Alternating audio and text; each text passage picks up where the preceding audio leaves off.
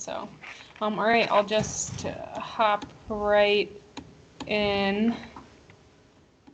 Any announcements? Old business. Minutes. Anyone have any changes to minutes beyond what was emailed? Motion to approve. Yeah, motion. Second. Thanks. All in favor? Aye. Any opposed? Cool. Priority working groups, ad hoc committee reports, communication and outreach. Are you taking Yeah, I can. over? Yes, unless Dan didn't give you anything, right?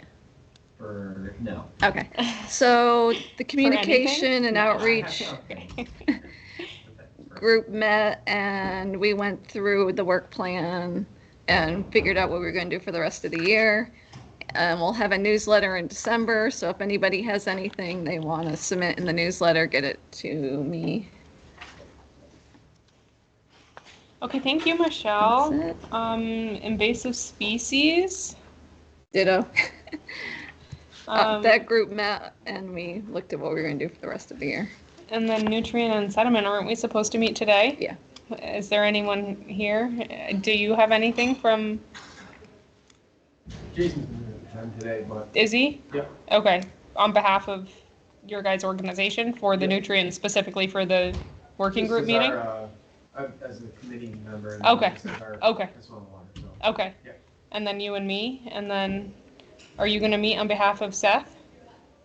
No? Nope. Okay, he didn't give you anything? Okay. You gave me absolutely nothing. Okay, sounds good. Hi Doug. Hey, I'm sorry.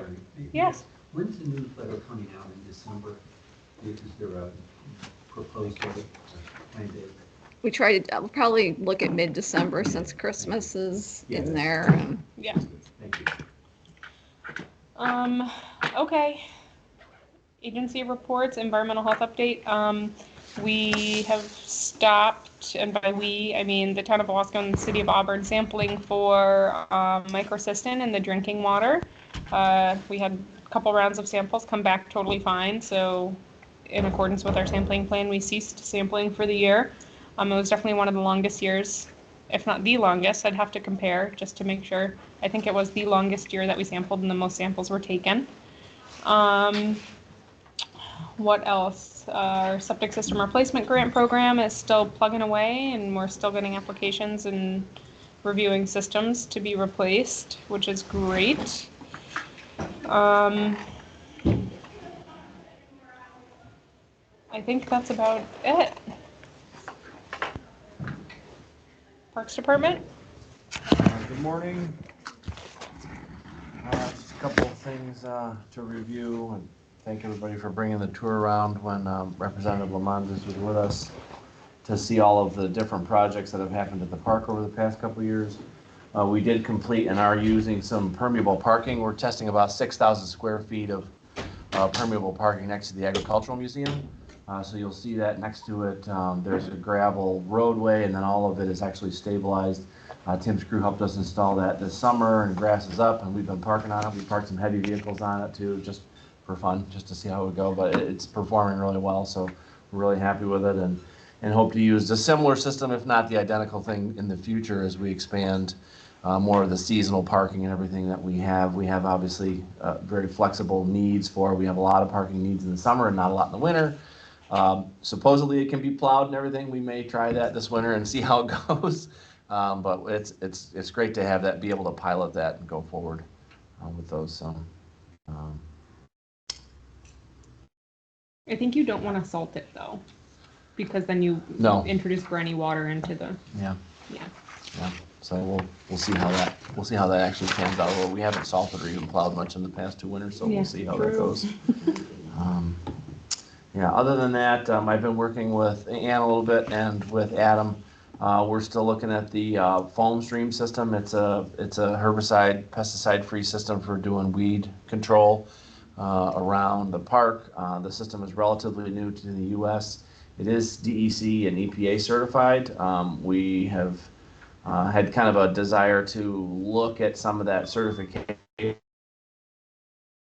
that's used there just out of an abundance of caution to actually get the product information, get that verified by an independent entity, basically, is the next step that we're trying to take. We obviously are looking forward to being able to use something to do weed control throughout the park system that doesn't require heavy pesticide use, herbicide use, obviously. So we're in the process of doing that, as well as including that possible equipment as a budget item for next year. It's a little tight, but we'll see if that goes out, and then also see if it qualifies for any kind of funding from the state and federal government, or any programs that are out there for, water source protection programs, et cetera. Obviously, as you're removing herbicides and pesticides from your rotation, that's a benefit to water quality for us. So we're working on that too. All right, Doug. thanks. Planning department? I've got some stuff. Nick Colas was working on the SWAT model for Owasco Lake. He's managed to calibrate and validate it for sediment and phosphorus. So he's working on his report. For Finger Lakes Lake Ontario Watershed Protection Alliance grant, I'm analyzing the data from the Owasco Lake Tributary Monitoring Program into the data usability report. Tony from the DEC is going to present on the Cayuga Lake TMDL at our December meeting. And the Sterling Fairhaven Community Connection Trail Feasibility Study, the final report is available. And if you want the website, just ask me and I can send you there. That's what I have from the planning department. Thank you, Michelle. All right, Tim for soil and water. Yep, just trying to wrap up the beach project. End of the year here, October, so guys are plugging away in a few projects. We finished the project on the Owasco Lake watershed up in Scipio on Town Line Road. We installed 550 feet of subsurface drainage coupled with 2 Wascons. Yeah, we just finished the last seeding on, I think it was Monday of this week. The harvest seeders going to be shut down for the rest of the year and the winter because don't really have that much growing days left, and temperatures are going to start. Hopefully they stay this way, but they'll turn eventually. So that project was wrapped up on Monday, and we're very excited how it turned out and should help the watershed out immensely. Couple of that, non-ag side, we did a couple projects down in Indian Cove, rock lined a ditch going down through Indian Cove, and then there's a stream bank that was eroding pretty substantially that worked with the private contractor to go in and stabilize the bank with heavy stone fill. So that should be a win for that location down there.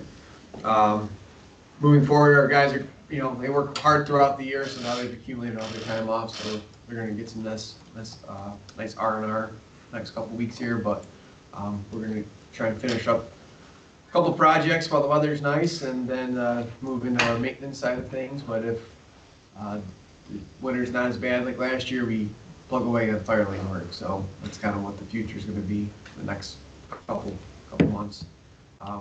There is I guess I can let Frank talk about it too, but a presentation coming up for water quality for HABs meeting.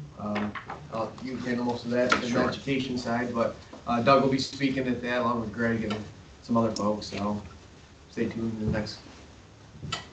How far down are you? One away. One away. So pause on that. But if you have any flyers, I don't know if you brought any. I got extras. Yeah. So, and I guess with that, I also want to say congratulations to Sunnyside Farms. I'm sure you guys saw the Aldo Leopold Award. It's a New York State award that they were awarded this year, which is pretty impressive in all the work that they do. So we give kudos to them. We work with them to put the application in, and it was a good event that they held down there. It was a night the solar flares and all that happened. So they're all learning about what the Raven Farm does down there. Then everybody calls from them, went out and looked at the northern lights. So it's kind of a unique experience for that award. So I guess with that, if any questions, let me know or let Doug know. Well, this presentation coming up on the app, is that going to be virtual as well? No. I don't believe so. No, unfortunately. Okay. Thanks, Tim. Yeah, I just have a couple updates. The first is regarding the county's solid waste management plan. So we received a quote-unquote letter of approvability from the DEC. So now the county legislature has to pass a resolution to adopt the plan. And then we'll submit the final draft of the plan with that resolution, and then they'll approve the plan. So hopefully by the end of the year, we'll have the plan in place, and then we can start, implementing those action items. Then the other updates, so we wrapped up our recycling events for the year. So special thank you to Frank and everybody else who joined us for the electronics event we had this past weekend. A little cold, but we still got everybody. There's a lot of people there. And this year we had 3 locations, and it looked like, so we had one in the north and one in the south, both at the Ira and the Venice highway garages. It looked like both got a lot of people there, so happy to see a lot of people participating from those regions of the county. Then yeah, I don't have any totals from that yet, but we got a little over 50,000 pounds of hazardous chemicals from the HHW event, so that was pretty good. And then yeah, when I find out how much we collected at the electronics event, I'll let you guys know. It's usually about 50,000 pounds. But I don't know, maybe more because of the 2 new locations, so we'll see. That's all I got. Thanks, Evan. All right, Cornell Cooperative. Yeah, so as you were saying, we are having a water quality forum.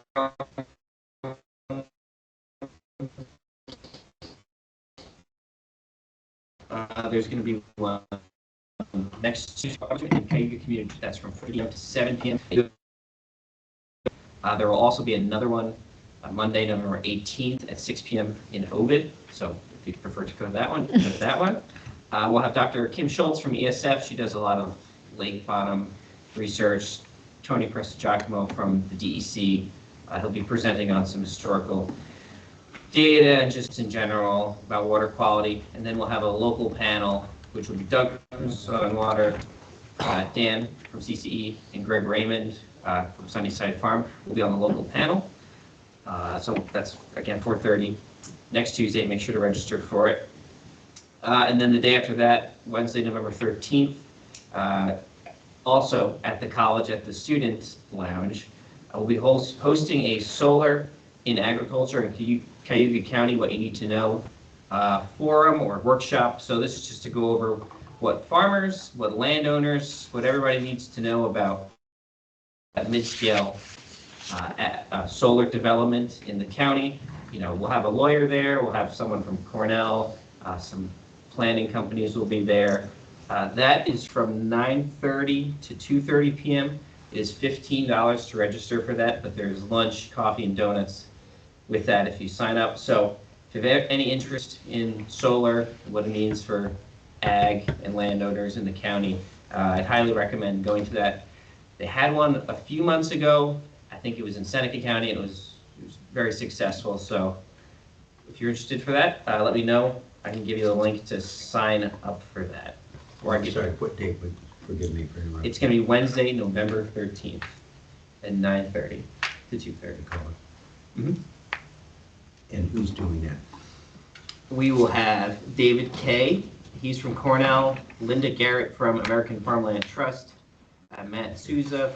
He is with a planning group. And then we will have an attorney from Culligan Law. Great. There. And how do you sign up? You said I can somewhere. send Send it to me. I sent Send it. it to Michelle. I thought I Yes, you sent it did. out. You definitely did, but we can distribute I it. must have missed it. Okay. But if you just go to CC Cayuga, our website, I it should can, be. I'll make myself a note to resend it to you. In the future, could you possibly do one for municipalities? Some of us are getting requests for this, and we're going into it blind, and they educate community leaders on the do's and don'ts and legal ramifications of solar farms. Because I know it just said for farmers and didn't say anything about municipal leaders or, I mean, I think it's geared towards farmers, but I think there will be a takeaway for municipal to go to this. But yeah, we can try to do something like that in the future. zoning ordinance. Yeah, so, I mean, I think it would be helpful for, And is there an agenda on the QR code here or some other place? 9:30 to 2:30 is on the 13th, is probably too long a commitment for me. But I'm very interested in this, and if I could see, so is the agenda is what I'm asking about. Yeah, so you'll have to go to our website for it, but No, it's fine. there's No, I can do bullet that. points about the order of the presentation and what they're going to go over. It does seem like it's definitely geared more towards landowner agreements between Yeah, for sure. ag It is. businesses and solar companies and stuff. But I do think that's a really good idea to do one for municipal. If we're in the midst of one Yeah. for the last 11 years. Yeah. Yeah. especially how to handle the outcry, you Mm. know? Yes, no, I think it's necessary, yeah. So, Can I just jump in? So the planning department, we provide county planning board trainings throughout the year. One of them last year was on zoning for solar. We did. So that we had people from NYSERDA come, and they talked about the New York State model solar law. So they have training presentations for that as well. If you want to. Yeah, but I'm thinking town boards, because we're, you know, in our situation, we're the lead agency, so we don't have any training, knowledge, or anything at all, you know? So even if we contacted the Association of Towns and they had training, you know, maybe our planning department could go to New York City and Hilton and spend a couple of days there and have fun, but do a presentation there, you know, for a lot of municipal, we just drop the whole state, you know, organize it that way. I think it would be very helpful. Yep, those are the two main events we got going on this month. Good, thank you. Thanks, Frank. And that was put together by Ryan Stachok. He's the one who organized the solar event. So gotta give him some credit. Who's he? Ryan, he's the guy who usually comes to these. He wears a big hat, the bald guy. All right. He's bald. I had no idea because he's always wearing a hat. Not that there's anything wrong with that. No. Different bald guy. Mike isn't wearing a fun hat like Ryan is. Let's not make fun of bald guys, okay? I'm not making fun of it. Sounded to me like Holly was. It's a good look. Look. 9 to 2. Some people would. It's not gonna work. Okay, thank you. Tim with Auburn. Last week, we had our kickoff meeting with the SUNY ESF students, so they will be investigating the possibility of converting 2 of our CSOs to stormwater treatment. And of course. Is that for like a capstone project? What's A that? senior capstone project? Yes. Okay, cool. That's a great one. Of course, that's going to rely on the ability of getting funding to upgrade this other 2 CSOs and do some sewer separation. Force main in town of Aurelius for the industrial park has come online. It's been intermittent operation as they work through some bugs, but that will be serving Cayuga Milk and Grover and anybody else that comes into the park. So that'll take a lot of the stress off of the Ellis Drive pump station. And the city is purchasing another Vector, part of the lead and copper rule. So we'll be able to pothole right at the curb stops to see what the line is while doing a minimal amount of damage to the property. So that'll be a huge help, be quick, easy, and very little cleanup afterwards. So we're hoping to see that sometime next spring. And that's about all I have. Cool, thanks. All right, Town of Wasco, Ed, anything? We're finally going out to bid in a couple of weeks for our sewer separation project, 3 streets and water replacement line.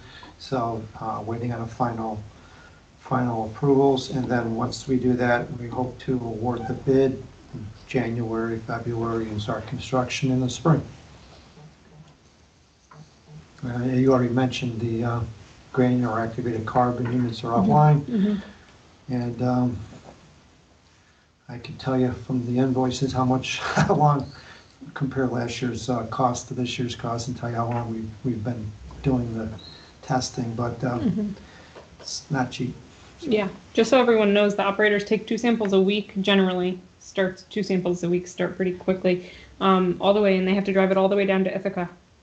And each sample costs, Was it 250, 300? Something? yeah.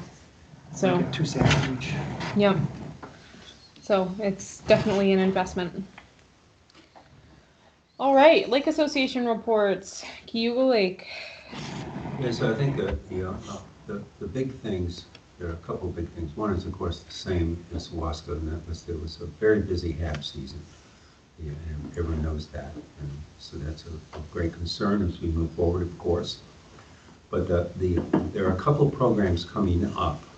One is on December 4th, and that's going to focus on hydrilla. That one's going to be in, where's that one? That one's at the Cayuga Nature Center in Ulysses. So that's a Cayuga Lake Watershed Network sponsored program. So anyone's interested in getting information about hydrilla, there's a good group, both of that and also the second program on December 12th, which will focus on the Cayuga Lake TMDL. That's co-sponsored by the CWIO, the Cayuga Watershed Intermunicipal Organization.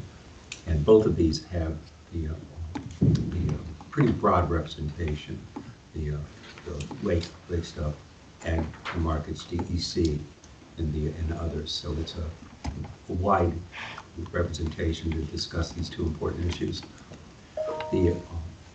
So and I think, do I have times? 9:30, no, that's yours. 6 to 8 for the December 4th program.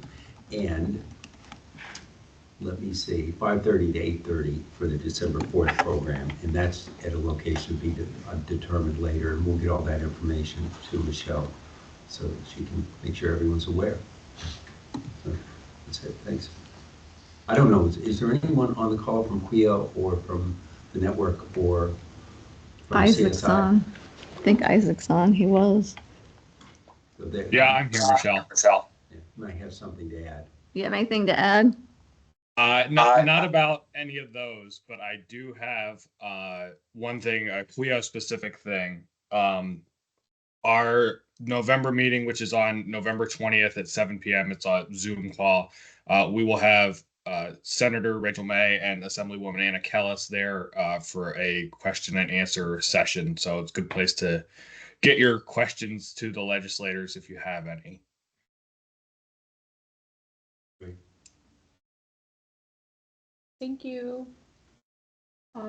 Has anyone talked or seen Carl Wazalis at any point? He hasn't been here in, He usually A tells while. me he's not coming. Okay, did but he? didn't this. no? He did last month. He's been ill. Okay, I'll reach out to him just to see how he's doing. And Alright. same with Dale. Okay. His wife was ill, but I don't know. I haven't heard from him. Make me cry. Okay, Lake Como. We're still waiting on a wetlands permit. There's some revisions that DEC wanted done, and I just got an email on Monday that their water provided some final comments, and so DEC is going to be down in Classico especially, is going to be putting the revisions together and getting them sold to the company we've contracted with, so that hopefully we can get that done. I've been pushing them. I want to get it done before the end of the year so we can start off and get it next year, because we've been trying for 3 years. So wish us luck. So I keep putting Good that luck. feet to the fire. I send them an email about every week. Other than that, everything's pretty quiet on the lake. Most people have got their boats out and their docks out, and the water's staying fairly stable. So we're kind of wrapping up for the winter. Okay, good luck with everything.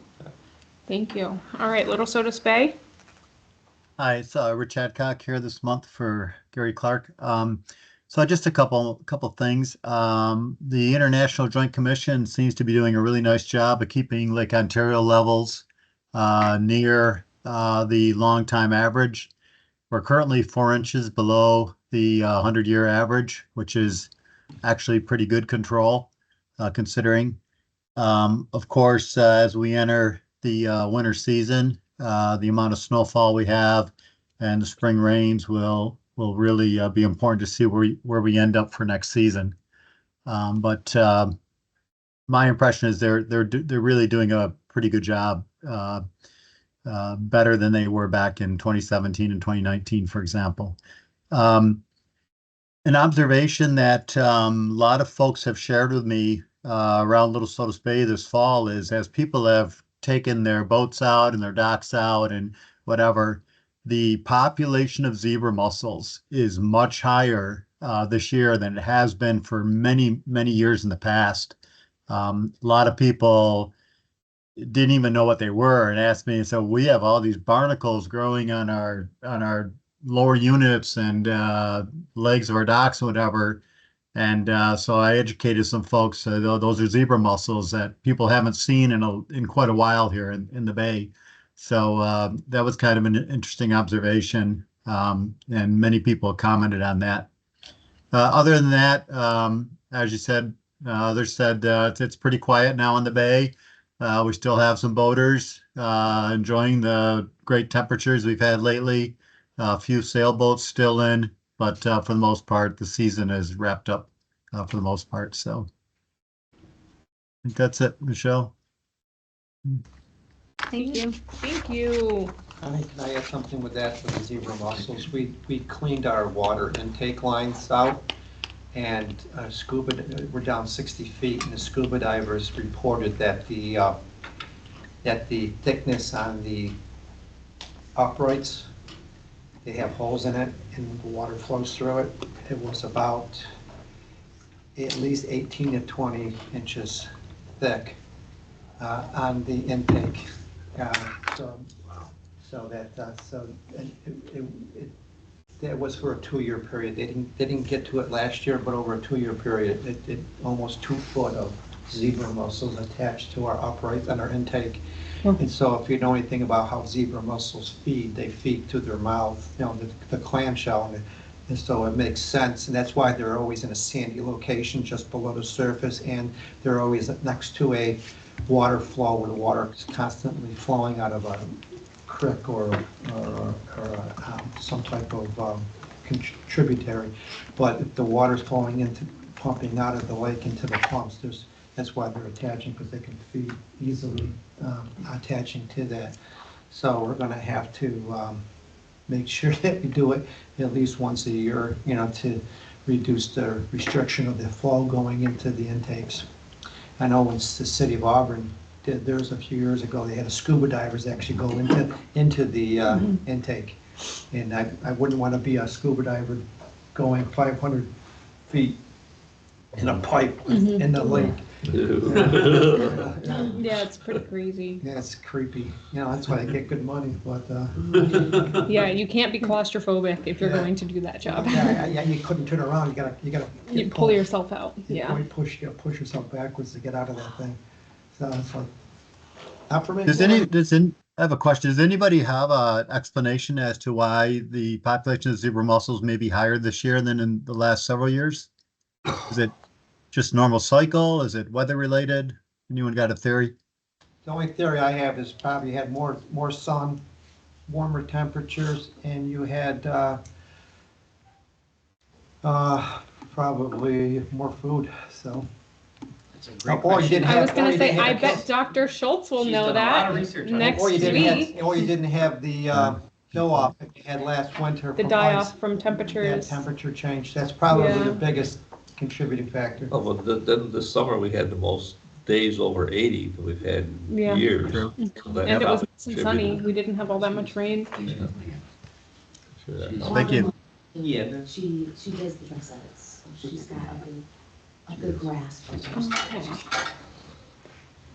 Okay, thank you.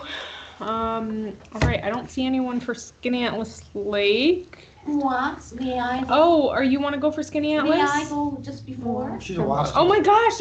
Ugh, guys, I only went 1 month without skipping someone, and I'm back to skipping. Anna, please go ahead. I don't have a lot though, because as everyone's kind of mentioned, we're going into our quieter time, wintering time for AULA. It's strategic planning. And we are gathering to put together our priorities. If there are any projects, fundings, where we could cost share, doing, fire lane work, or Doug, I think I mentioned that to you. We are trying to strategize the coming year where we can put our efforts and our monies. So we'll have more with that as we begin to plan our projects. My article, AULA continues to do articles, and it happened to have been my turn this month, and so this morning my article is in the paper, and it is about the mussels, and it's about climate change, and it's about the city of Auburn having the ability to control the microcystines and the cyanobacteria, and it is about Sunnyside being recognized for all that they're doing, and how things are changing in the watershed. And we really need to stop pointing fingers at people and look at the ecology, what is happening. And I'm glad you are doing this program, and I wish I wasn't working that I could attend. That's why I was asking about virtual, because I can't get to these meetings. But anyways, see, I don't drive at night. Anyways, I just want to say I'm really pleased. I feel promising. I feel that things are happening with the community and the parties to be. So I just wanted to share that. And we are continuing to plan our Bob Brower Scientific Symposium, and I'll have more to report on that in the future. And that's it. So thank you. Thank you, Anne. Yes. I'm so sorry. Okay. It's not the first time I've done that. Yeah, Pat, what's up? Can I just ask a question? I don't know if everybody's aware, by January of 2025, everybody that operates a boat, any kind of power boat in New York State has to have a water safety, classification. Have any of the other lakes done anything about setting up classes, or are there anybody aware of classes that are being offered around the area to address this issue?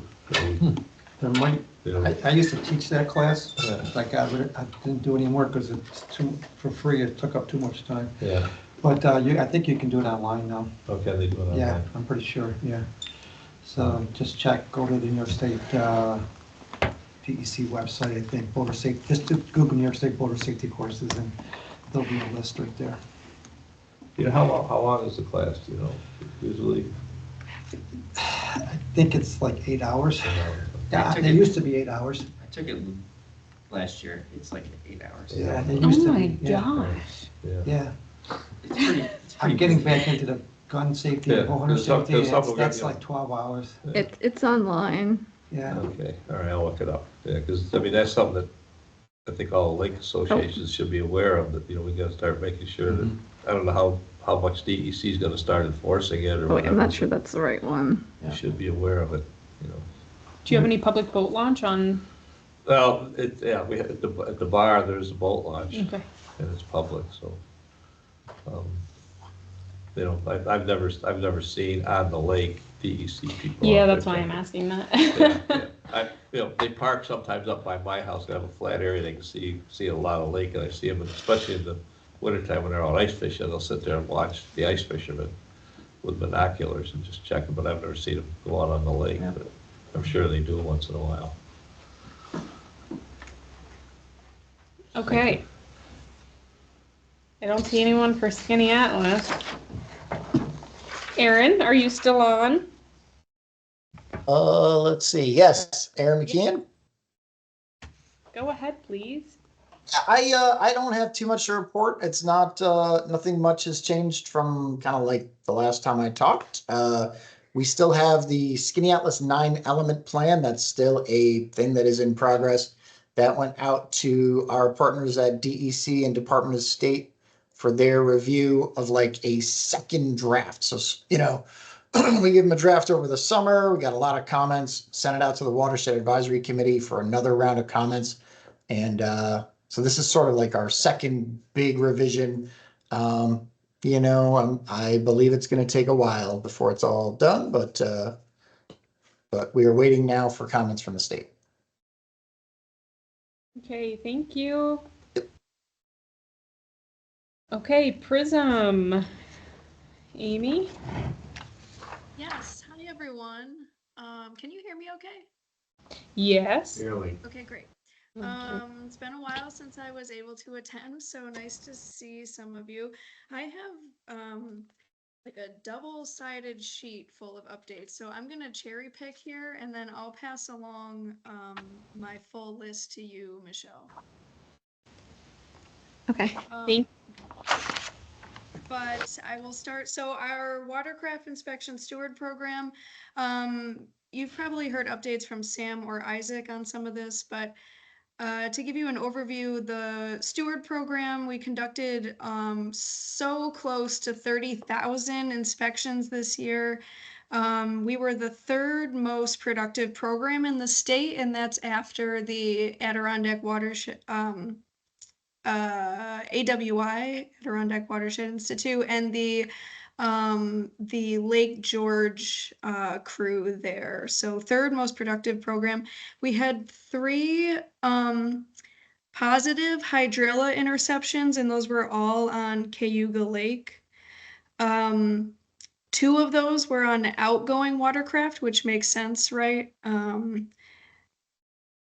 And then one of those was an incoming watercraft, actually, which was quite a surprise from us. And of course, we were very proud to have intercepted that. So one incoming watercraft from the Chesapeake Bay area, actually. So kind of a big success story for our program. Of course, it was going into Cayuga Lake, but there are different subspecies of hydrilla out there, so we were really, really proud of the interception. Those are the highlights from the steward program.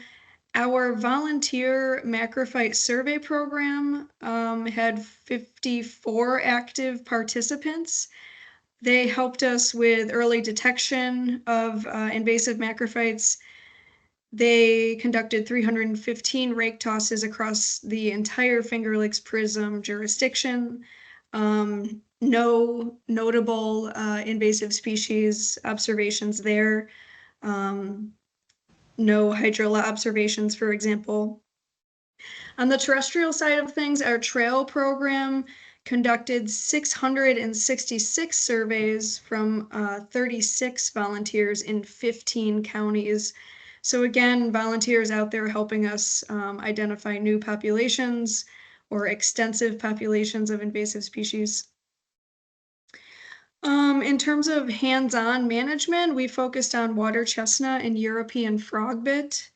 This year, we conducted 3 European frogbit pulls, and those were with 2 of our main partners. That's the Canandaigua Lake Watershed Association, and then FLCC at the Mueller Field Station, if you're familiar on Honeoye Lake. But that's all to say we are sort of expanding our management outside of water chestnut and now also looking at European frogbit. Of course, we did do water chestnut pulls across the region, 8 altogether, and in total, we pulled almost 11,000 pounds of plant material out of our various waterways. So we're pretty happy with that. You might have seen our aquatic field team out and about on the lake this year. So I'm sure Sam has talked about this, but our objectives with our field team have changed a little bit based on funding, but they are still doing early detection point intercept surveys on Cayuga and Owasco Lake, and then sometimes Seneca and Cayuga. So instead of the full Finger Lakes, we're being pretty selective, kind of keeping an eye out for hydrilla, potential hydrilla hotspots specifically. And then, of course, we supported the U.S. Army Corps of Engineers in multi-agency monitoring efforts on Cayuga specifically. And that's all to say no new observations of hydrilla from our team. So happy with that. We also had a giant hogweed strike team. It was funded through the Natural Resource Conservation Service and a partnership with the DEC, but they were hired out of Hobart William Smith, so out of our office. And they controlled giant hogweed at 243 sites, which is wonderful. And then did additional monitoring at 100 sites across the Finger Lakes. I don't think my other points are relevant to this crew, so I do want to plug. I'm also sad to see that Cross Lake and Seneca River is not represented. Because I'm excited to announce that we have our fall 2024 PRISM partner meeting, and that is actually open to the public. It's for partners specifically to get updates and to hear what we're planning for the months to come. But it is open to the public. And I'm going to be hosting sort of a pre-working group discussion on water chestnut initiatives specifically. And I know that Carl and some other folks from across the region have helped us out in the past, kind of coordinating and coalescing resources. We kind of want to formalize that or just start a more structured, larger discussion. I think there's been water chestnut working group in the past that we've helped sort of establish.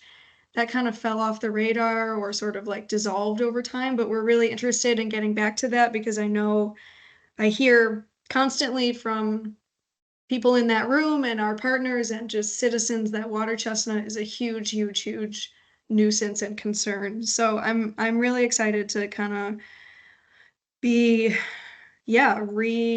kind of reinstating that, giving it some new life. But again, the PRISM partner meeting is good just to get general updates too. That is, it's going to be in competition with some stuff that's already come up today because it's next Wednesday, November 13th. I'm sure that if you are interested in updates but are unable to attend, we would have slides. We would have a slide deck from everyone who's presenting. We could probably share those as an update instead. I can give Michelle the link to register for the partner meeting if anyone is interested.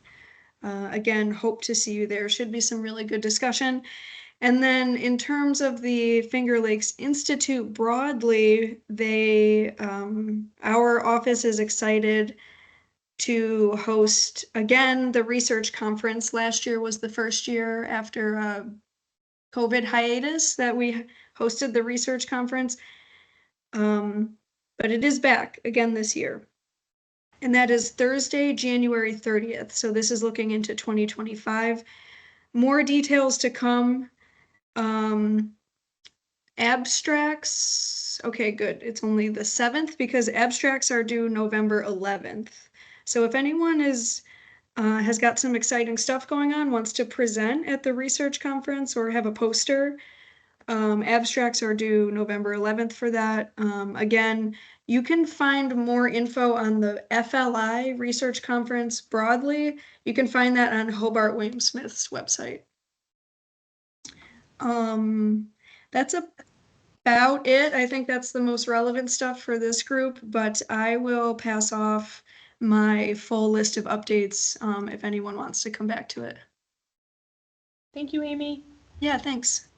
Okay, I think we're at the end here. Adam, last but not least, Okay. Watershed Management Council. Sure. Hey, everyone. So for updates for the Owasco Lake Watershed Management Council, I don't know if I'd shared with this group that we recently gained directorship from the town of Lansing on our board, so that's exciting. And as we are drafting our 2025 budget, we have been working towards gaining 100% buy-in from the municipalities with regards to baseline funding for the organization, and we're looking to be successful in doing so going into next year. So this will be the first time since I've been involved that we'll have full buy-in from all of the directors on the board. The Watershed Inspection Division most recently has been receiving many calls and concerns regarding lake foam. So we've pursued some research and support on this particular subject with discussions with a group called Global Aquatic Research. And they performed some research out in Canandaigua Lake with regards to lake foam. Early findings indicate that this insoluble material is laden with insoluble PFAS. And they are finding intercellular microcystin as well in their analyses. Where was that analysis done? This is the group that we're working with is called Global Aquatic Research, and they actually outsource their laboratory analyses, but it is with a certified laboratory. But where are they taking the samples from? Where are they? What lakes? Yeah. So the preliminary research that we're aware of is very limited. So there's been some work done on Canandaigua Lake. Okay.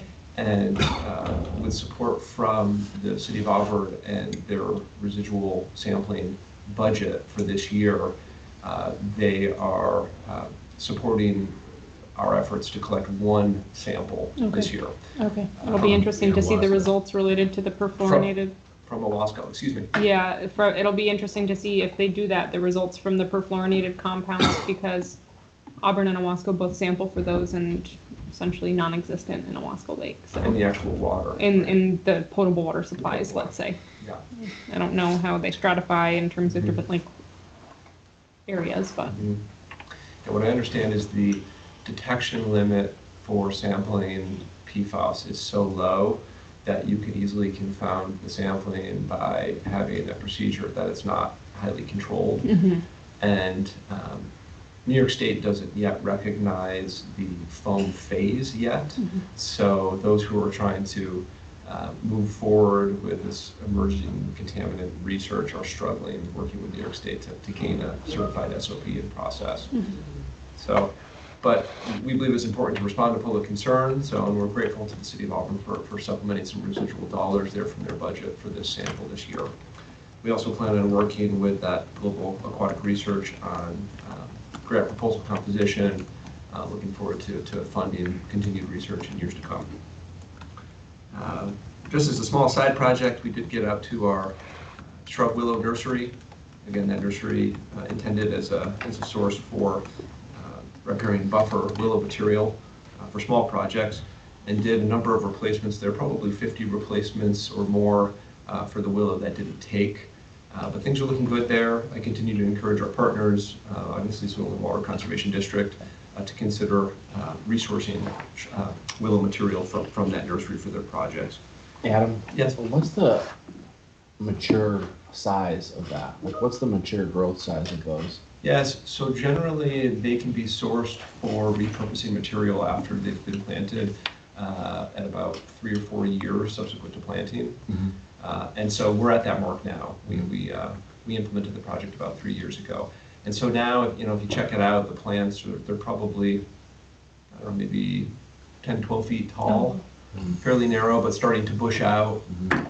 So generally what we do for maintenance is we prune back away from the lanes, if you will, so that we can maintain and mow those spaces between those the willow stands that are sort of almost just like parallel lines in terms of how they're planted. And then what you can do is you can use that pruned material then to extend the lines, and so that's how we did our replacement this year. So 10 or 12 feet is the mature height of the material? I think it can grow upwards of that height, and it depends on the variety as well. Yeah. So, but it's reasonable to think they get up to 14 feet in some cases as well. Okay. Yeah. Thank you. Sure. For projects, Tim, did you provide an update on the inlet project? Okay.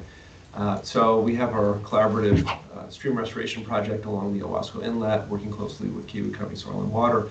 In particular, Tim is a project manager on that one. And then the consulting firm we're working with, they prepared their 30% engineering design scope. It sounds like they need some a little bit more survey work for soil and water to complete their 30% designs. The hope is to have our design and engineering completed by the end of the winter, going into, perhaps spring is more likely, but going into construction season so we can get underway with construction this coming summer. Anything else that you should share on that one? I think that's probably it. Okay. And we're also, we're working with the city on scoping a recent New York State grant award for stream corridor assessments in the Owasco Lake Huck 12, the north end of the watershed. And then there'll be, that project will go out to bid once it's further scoped. And now that we have a sense of where we landed with our local officials, the elections are done, some of the partners, members of our 9E coordination committee, that's our 9-element plan implementation committee, that have been collaborating on a program that would be a farmer-driven, watershed-specific ag program. We're now looking to convene with and educate our officials with regards to our ask for funding for that particular program. So we'll be discussing scheduling in the near term. And then last but not least, this afternoon at 2 o'clock, we have the grand opening and ribbon cutting for our Fillmore Nature Preserve. And that project has been a culmination of many partners and efforts to finally come to completion for all intents and purposes. There'll be further maintenance, of course, at the preserve. And thanks to Cayuga County Chamber of Commerce for helping facilitate the event this afternoon. Of course, you're all welcome. Love to have you there. I think it'll be fairly brief, but we'll just share background on the project, do our ribbon cutting, and we'll be on our way. So, I'll be there. Oh, thank you, Ann. Oh, great. That's all I have to share. I'm happy to answer any questions. Thanks, Adam. You're welcome. Thank you. Anyone have anything else to add?